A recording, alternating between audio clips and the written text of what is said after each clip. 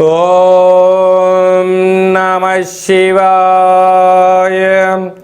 ఓం నమో నారాయణాయ.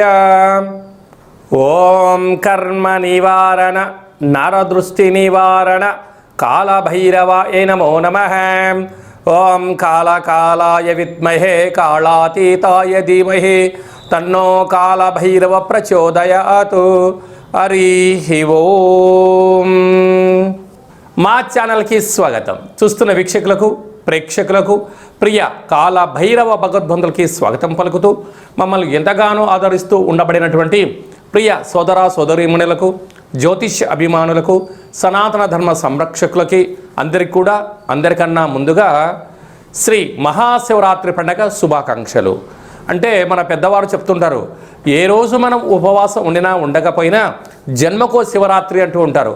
కనుక అలాంటి మహాశివరాత్రి రోజున మహాదేవుడి యొక్క స్మరణ, ధ్యానము, అభిషేకము, అర్చన, దర్శనము, మహాదేవుడికి జలాభిషేకము, మహాదేవుడి యొక్క చంద్ర బిల్వదలము, ఏ కార్యక్రమాన్ని చేసినా తెలిసి ఓం నమ శివాయ అన్న, తెలియక ఓం నమ శివాయ అన్న పరమేశ్వరుడి యొక్క కృప కటాక్ష వీక్షణలు మన అందరిపైన ఉండాలని మనం కూడా మనసారా కోరుకుందాం.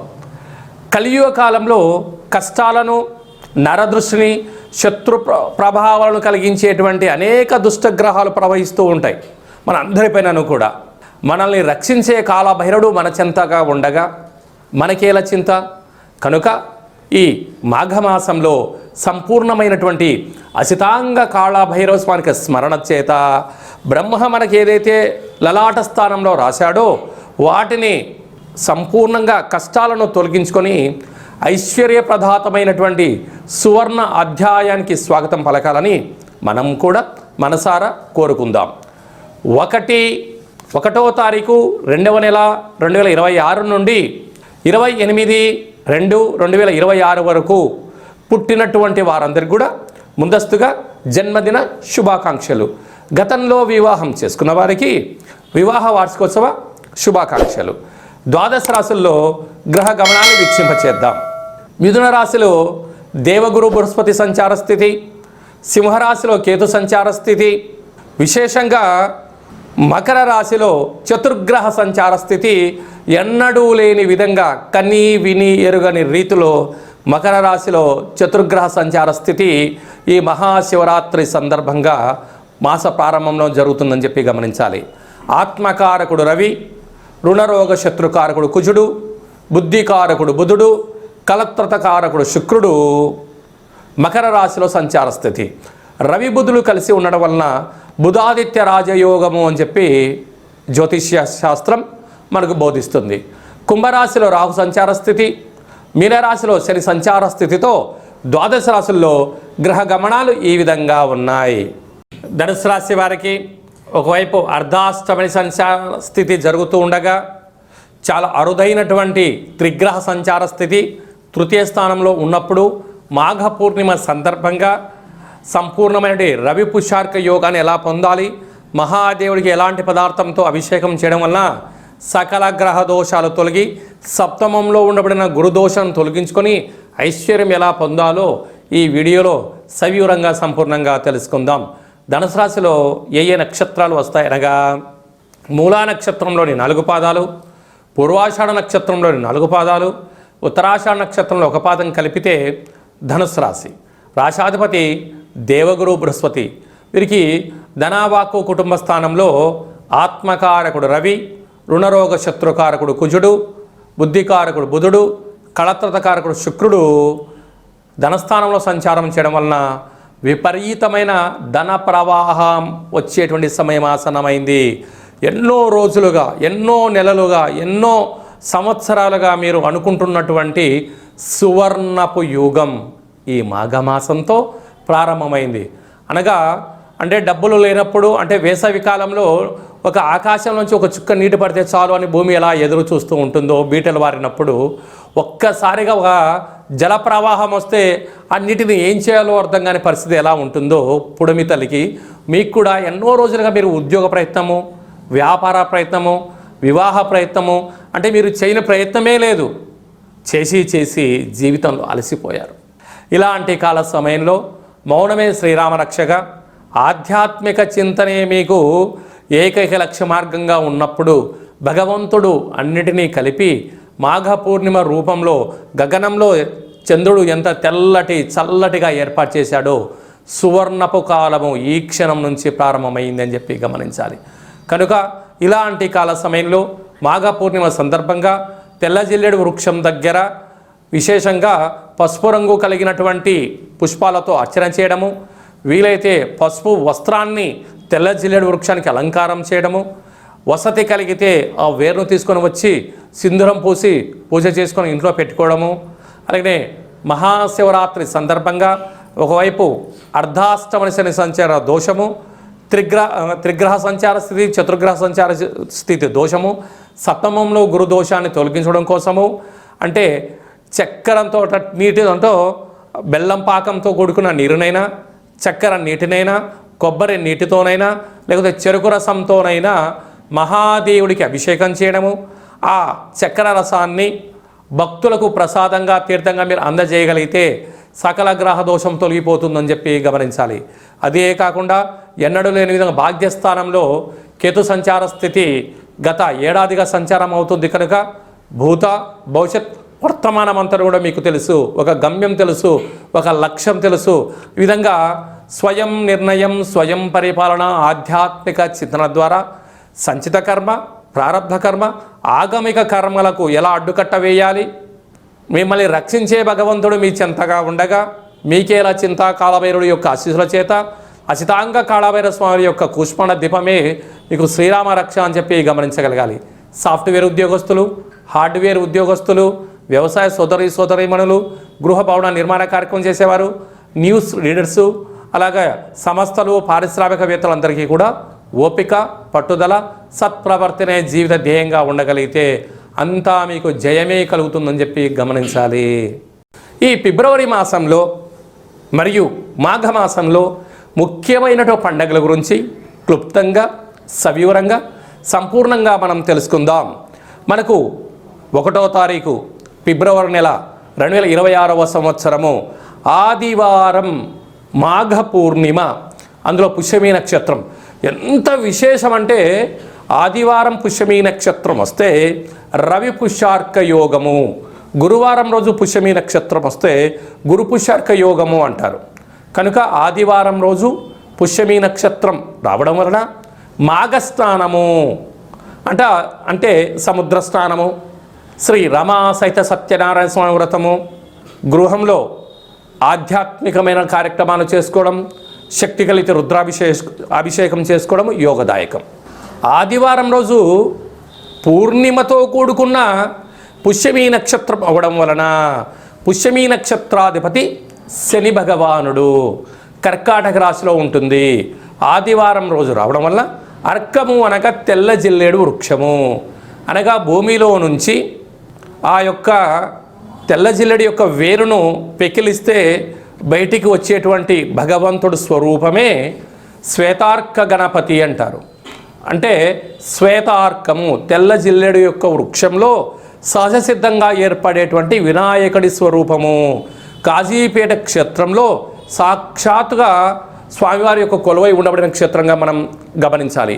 స్వామివారిని స్మరించిన, ధ్యానించిన ఆ శ్వేతార్క గణపతిని తీసుకొని వచ్చి శుభ్రంగా కడిగి, అంటే మట్టిలో భూమిలో ఉంటుంది కనుక సింధూరం పోసి ఒక లక్ష్మీ గణపతి హోమం చేసుకొని గృహంలో పూజా మందిరంలో ఉంచుకున్నట్లయితే మనకు రాబోయే 7 తరాల వారికి విద్య, ఉద్యోగ, రాజకీయ క్షేత్రాల యందు తిరుగు ఉండదు అని చెప్పి గమనించాలి.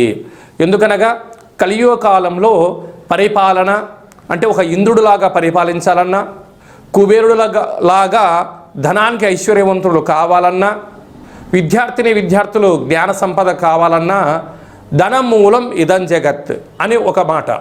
విద్యా వినయ సంపన్నం అంటారు. ఎంత మన దగ్గర డబ్బులు ఉన్నా పదవి అలంకారము జీవితంలో భూషణము అంటారు. అంటే విద్య ద్వారా వినయం, వినయం ద్వారా ఉద్యోగం, ఉద్యోగం ద్వారా ధనం, ఆ ధనం ద్వారా పరిపాలన చేసే అధికార యోగ్యతను ఆదిపూజ్య మహాగణాధిపతి అంటే గణపతి స్వామి వారికి స్మరణ వలన ధ్యానం వలన మనకు కలుగుతుంది. ఈయన సాక్షాత్తుగా వృక్ష స్వరూపంలో భూమిలో కొలువై ఉంటాడు కనుక ఆదివారం రోజు పుష్యమీ నక్షత్రము మనకు ఫిబ్రవరి 1వ తారీఖున జరుగుతూ ఉంది. మన 2026వ సంవత్సరంలో అదృష్టం ఏమిటనగా జనవరి మాసంలోనే 18వ తారీఖున ఆదివారం అమావాస్య ఉందండోయ్. ఆ రోజైనను కుదరకపోతే ఈ రోజైనను ఆ తెల్ల జిల్లెడి యొక్క వృక్షాన్ని పెకిలించి ఆ వినాయక స్వామి వారి యొక్క వేరును తీసుకొచ్చి రూపం కలిగిన ఇంట్లో ఉంచుకొని సింధూరం పూసి గణపతి హోమం చేసుకున్నట్లయితే మనకు గృహంలో వాస్తు దోషం తొలగిపోతుంది. వృత్తి ఉద్యోగ వ్యాపార కార్యక్రమాల్లో నరదృష్టి తొలగిపోతుంది. రాజకీయ క్షేత్రంలో ఏకచక్రే మహాభోగి అనేటువంటి రాజ్యాధికారం కలుగుతుంది. మనకు రాబోయే 7 తరాల వరకు ఐశ్వర్యం కలుగుతుందని చెప్పి గమనించాలి. కలియుగ కాలంలో కలియుగ శమంతకమని అని చెప్పి మనం చెప్తూ ఉంటారు పెద్దవారందరూ. అంటే ఆయన ఎక్కడ ఉంటే అక్కడ ఐశ్వర్యమట. అష్ట కష్టాలు పటాపంచలైపోయి అష్ట ఐశ్వర్యాలు మన గృహానికి ఎత్తుకులాడుకుంటూ వస్తాయంట. కనుక మనం అందరము కూడా శ్వేతార్క గణపతి మూల మహాగణపతి స్వామివారిని తెచ్చుకుందాం, గృహంలో ఉంచుకుందాం, ఐశ్వర్యాన్ని పొందుదాం. కనుక ఇలా చాలామందికి అవకాశం లేనటువంటి వారు ఈ కింది నెంబర్ సంప్రదించినట్లయితే, మీ గోత్రనామములు పంపించినట్లయితే మనము గణపతి స్వామివారిని తీయించి పూజ చేయించి మీకు ప్రసాదంగా స్వామివారి యొక్క శ్వేతార్క గణపతి స్వరూపాన్ని ఏర్పాటు చేయడం జరుగుతుందని చెప్పి గమనించాలి. అలాగనే మహాశివరాత్రి సందర్భంగా మనము 1,00,000 రుద్రాక్ష మహాదేవుడి యొక్క భగవంతుడిని ఏర్పాటు చేస్తూ ఉన్నాం. కనుక మీ గోత్రనామాలు పంపించినట్లయితే భగవంతుడి దగ్గర అర్చన మహాన్యాసపూర్వక శతరుద్రాభిషేకము, శత అంటే 100, ఒక్కొక్క సంవత్సరానికి ఒక్క రుద్రుడులాగా శతరుద్రాభిషేకం చేయించి ఆ రుద్రాక్షను మీకు ప్రసాదంగా పంపించడం జరుగుతుంది. మనకు మాఘమాసంలో అచితాంగ కాలభైరవ స్వామి వారు ఉంటారు.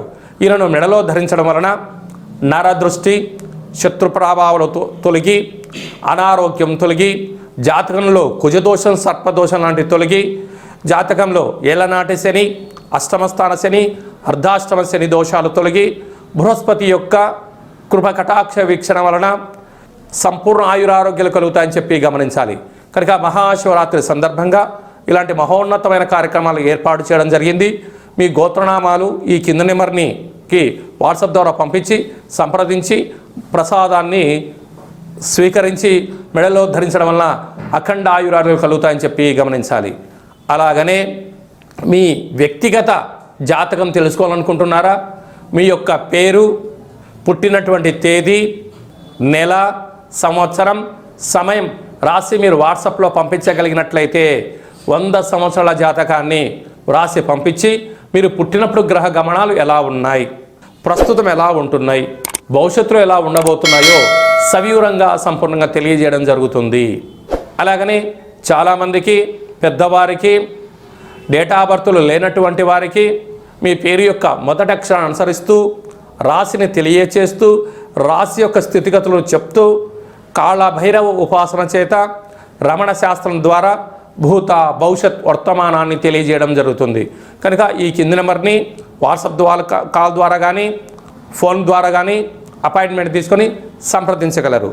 జీవితాన్ని తెలుసుకుందాం, రాబోయే కాలంలో అష్ట కష్టాలు తొలగించుకుందాం, అష్టైశ్వర్య ప్రాప్తిని పొందుదామని చెప్పి చిన్న విన్నపం. అందరికీ మహాశివరాత్రి యొక్క శుభాకాంక్షలు. మహాదేవుడి యొక్క ఆశీస్సుల వలన నిండు నూరేళ్ల ఆయురారోగ్యాలని ప్రసాదించాలని మనం కూడా మనసారా కోరుకుందాం. నమస్తే అస్తు భగవన్ విశ్వేశ్వరాయ మహాదేవాయ త్రయంబకాయ త్రిపురాంతకాయ త్రికాగ్నికాలాయ కాలాగ్నిరుద్రాయ నీలకంఠాయ మృత్యుంజయాయ సర్వేశ్వరాయ సదాశివాయ శ్రీమన్మన్మహాదేవాయ నమో నమః. హరి ఓం. శతమానం భవతి శతాయు పురుష సతేంద్రియ ఆయుష్యేవేంద్రియే ప్రతిష్టతి. ధనం ధాన్యం బహుపుత్రలాభం శత సంవత్సరం దీర్ఘమాయు. సర్వే జనా సుఖినో భవంతు, లోకా సమస్తా సుఖినో భవంతు. సర్వం శివార్పణమస్తు. హరి ఓం. ఈ వీడియో మీకు నచ్చినట్లయితే లైక్ చేయండి, షేర్ చేయండి, మా ఛానల్ని సబ్స్క్రైబ్ చేసుకోండి. ఆధ్యాత్మికమైన భక్తి సమాచారాన్ని అందరికన్నా ముందుగా మీరు తెలుసుకోవాలి అనుకుంటున్నట్లయితే ఆల్ అనే బటన్ని టచ్ చేసి గంట బెల్లును కూడా టచ్ చేసి ఈ భక్తి సమాచారాన్ని భగవద్బంధువులకు, మిత్రులకు, స్నేహితులకు చేరవేసి హిందూ ధర్మాన్ని కాపాడండి.